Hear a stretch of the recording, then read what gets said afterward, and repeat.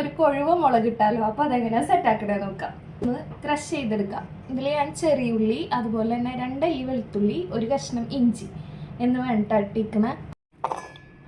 അപ്പോൾ അതൊക്കെ നമ്മൾ ക്രഷ് ചെയ്തെടുത്തിട്ടുണ്ട്. അപ്പോൾ ഇനി അടുത്ത സ്റ്റെപ്പ് നോക്കാം. അപ്പോൾ ഒരു തക്കാളി എടുത്തിട്ടുണ്ട് കേട്ടോ. അപ്പോൾ തക്കാളിക്ക് നമ്മൾ മുളക് പൊടി, മഞ്ഞൾപ്പൊടി, കാശ്മീരി ചില്ലി എന്നിവ ആഡ് ചെയ്യാം. 2 സ്പൂണ് കാശ്മീരി ചില്ലിയാണ് കേട്ടോ എടുക്കുന്നത്. 1 സ്പൂൺ മുളക് പൊടി, 1/2 സ്പൂൺ മഞ്ഞൾപ്പൊടി, ആവശ്യത്തിന് വെള്ളം. ഇനി നമുക്കിതൊന്ന് ജസ്റ്റ് അടിച്ചെടുക്കാം. അപ്പോൾ നമുക്ക് തക്കാളിയൊക്കെ നല്ല അടിപൊളിയായിട്ട് സെറ്റായിട്ടുണ്ട് കേട്ടോ. അപ്പോൾ നമുക്ക് ഫിഷ് കറി എങ്ങനെ സെറ്റാക്കുന്നത് നോക്കാം. അപ്പോൾ നമുക്ക് ഫിഷ് മുളക് ഇടുന്നതിനായിട്ട് ചട്ടി വെച്ചിട്ടുണ്ട് കേട്ടോ. അപ്പോൾ ചട്ടിയിൽ നമ്മൾ കുറച്ച് വെളിച്ചെണ്ണ ആഡ് ചെയ്തിട്ടുണ്ട്. അപ്പോൾ വെളിച്ചെണ്ണ ഒന്ന് ചൂടായി വന്നതിന് ശേഷം നമുക്ക് കടുകും ഉലുവയും ജസ്റ്റ് ഒന്ന് പൊട്ടിച്ചെടുക്കാം. അപ്പോൾ ചൂടായ വെളിച്ചെണ്ണയിലേക്ക് നമുക്ക് കടുക് ആഡ് ചെയ്ത് കൊടുക്കാം.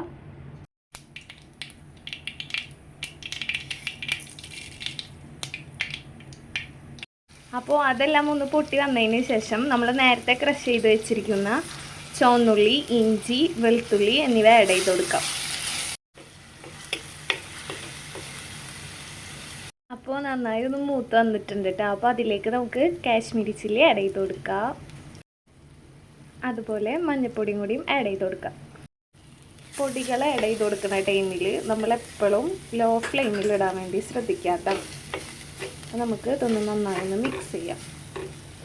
നേരത്തെ തക്കാളി മിക്സിയിൽ അടിച്ച് വെച്ചിരുന്നല്ലോ, അതും കൂടി ആഡ് ചെയ്ത് കൊടുക്കാം.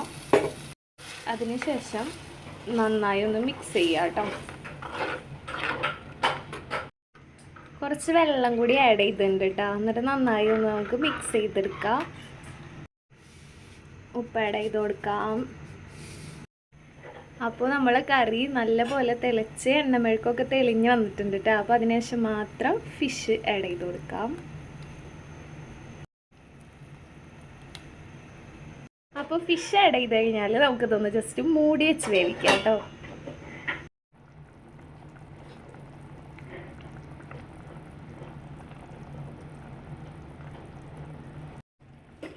അപ്പോൾ നമ്മുടെ മീനൊക്കെ നന്നായി വെന്ത് സെറ്റായി വന്നിട്ടുണ്ട് കേട്ടോ. അപ്പോൾ ലാസ്റ്റ് സ്റ്റെപ്പാണ് കുറച്ച് കറിവേപ്പില, അതുപോലെ തന്നെ കുറച്ച് പച്ച വെളിച്ചെണ്ണയും കൂടി ആഡ് ചെയ്യാം.